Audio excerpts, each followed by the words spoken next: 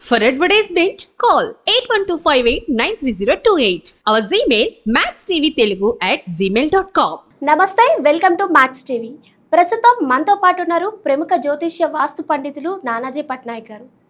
నమస్కారం గురుగారు. శ్రీమాత్రే నమః. ఎలా ఉన్నారు గురుగారు? అద్భుతంగా ఉన్నానమ్మా. గురుగారు, పంచగ్రహ కూటమి వల్ల జూన్ మాసంలో ఏ రాశి ఫలాలకి ఎలా ఉండబోతుంది? తప్పకుండా అమ్మా. ఫస్ట్ ఆఫ్ ఆల్ ఏంటంటే ఇక్కడ పంచగ్రహ కూటమి అనేటువంటిది మనకి 5, 6 తేదీలు ఉంటుంది. 5 గ్రహాలు, అందులో ముఖ్యంగా చంద్రుడు, రవి, గురువు, శుక్రుడు, బుధుడు, ఈ 5 గ్రహాలు కలిసి ఉంటున్నాయి. 5, 6 తేదీలు మాత్రం కలిసి ఉంటాయి. దాని తర్వాత చంద్రుడు మారిపోతాడు. 4 గ్రహాలు ఉంటాయి, అవి 14వ తేదీ వరకు ఉండి దాని తర్వాత అవి కూడా పక్కకి వెళ్ళిపోతాయి. అయితే వీటి మూలంగా ద్వాదశ లగ్నాలు, ముఖ్యంగా లగ్నం తీసుకోవాలి. లగ్నం తెలియని వారు రాసి చూసుకోవచ్చు. ఇదొక ప్రభావం. అయితే కుజుడు మరియు శని ఇద్దరు కూడా, కుజుడు తన ఓన్ హౌస్లో ఫైరీ సైన్లో ఉన్నాడు, శని కుంభరాశిలో ఉన్నాడు. ఈ శని కుజుడిని చూస్తున్నాడు. మనకి సర్వసాధారణంగా ఏంటంటే మనకి ఈ శని కుజుడు ఎప్పుడైనా వీక్షించుకుంటున్నప్పుడు ఆ సంవత్సరం ఉండేటువంటి ఫలితాలతో సంబంధం చూసుకుంటారు. క్రోధీనామ సంవత్సరం వచ్చింది ఈసారి మనకి. క్రోధి అంటే కోపము, ఒక రకమైనటువంటి గొడవలు కావచ్చు, ఆవేశాలు కావచ్చు, ఇట్లాంటివన్నీ వచ్చేటువంటి దానికి కుజుడు తోడ్పడతాడు. సో పర్టికులర్గా ఈ మంత్ దానికి సంబంధించిన ఫలితాలతో పాటు ఒక్కొక్క లగ్నానికి ఒక్కొక్క రాశికి డిఫరెంట్గా ఉంటాయన్నమాట.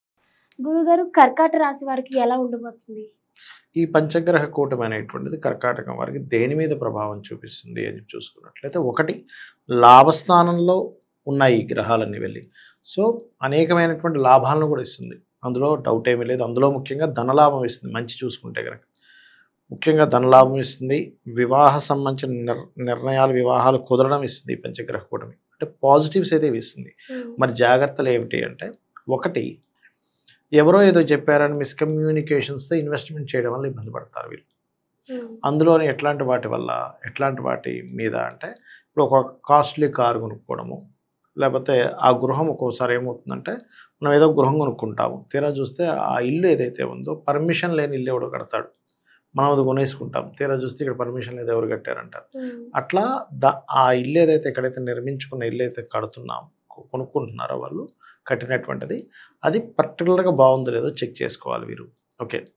అదేవిధంగా మీకు అంటే ఈ కర్కాటకం వారికి ప్రధానంగా ఎవరికైనా చూడండి, మనకి మాస్టర్స్ ఎవరైనా ఉంటారు, వాళ్ళకి తెలిసిన వారికి ఎవరికైనా అప్పులు ఇవ్వడం ద్వారా, లేకపోతే చేసే పూజలో కొన్ని తప్పిదాలు జరుగుతూ ఉంటాయి.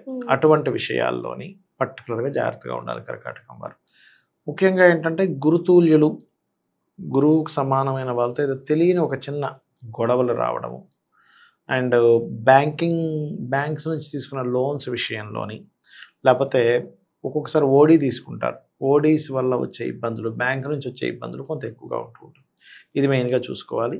అయితే ఉద్యోగ వ్యాపార సంబంధించి ఉద్యోగము అంటే, ఒకటి ఈ కర్కాటకం వారికి దశమ స్థానంలో కుజుడు ఎప్పుడైతే ఉన్నాడో ఉద్యోగంలో ఒక లీడర్షిప్ ఇది ఇస్తాడు, ఇవ్వడం కాదు. కాకపోతే అష్టమ స్థానంలో ఉండే శని యొక్క దృష్టి కుజుడి మీద ఉంది. అందుకని ఏమిటి అంటే, ఈ ఉద్యోగంలో హైక్ ఉంటుంది, ఒక లీడర్షిప్, వాళ్ళకు స్థానాన్ని ఇస్తారు. కాకపోతే శని యొక్క దృష్టి కుజుడి మీద ఉన్నందుకు దాని ప్రభావం కూడా ఉంటుంది, ఉండదని కాదు.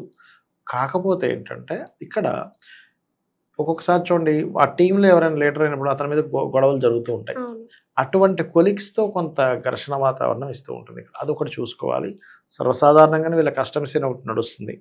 ఈ అష్టమశని నడిచేటప్పుడు ఏమవుతుందంటే, సర్వసాధారణంగా ఈ కుజుడు ఎప్పుడైనా దశమంలోకి వచ్చినప్పుడు ఉద్యోగాలు అనుకోకుండా మారడం, ఈ ఉద్యోగాలు కదా నేను వ్యాపారం పెట్టుకుంటాను, ఎందుకంటే 11వ స్థానంలో ఉన్నాయి కదా గ్రహాలు, కాబట్టి వ్యాపారంలోకి వెళ్ళాలనే ఉత్సాహం చూపించడం, దానిలోకి ఏదైనా దానికి సంబంధించినవి నేర్చుకోవడం, ఇట్లాంటివి జరుగుతాయి వీరికి. ఏ దేవుణ్ణి స్మరిస్తే మంచిదంటారు గురుగారు? వీళ్ళు ఎక్కువగా సుబ్రహ్మణ్యేశ్వర స్వామిని, గణపతిని ఎక్కువగా ఆరాధించాలి వీరు.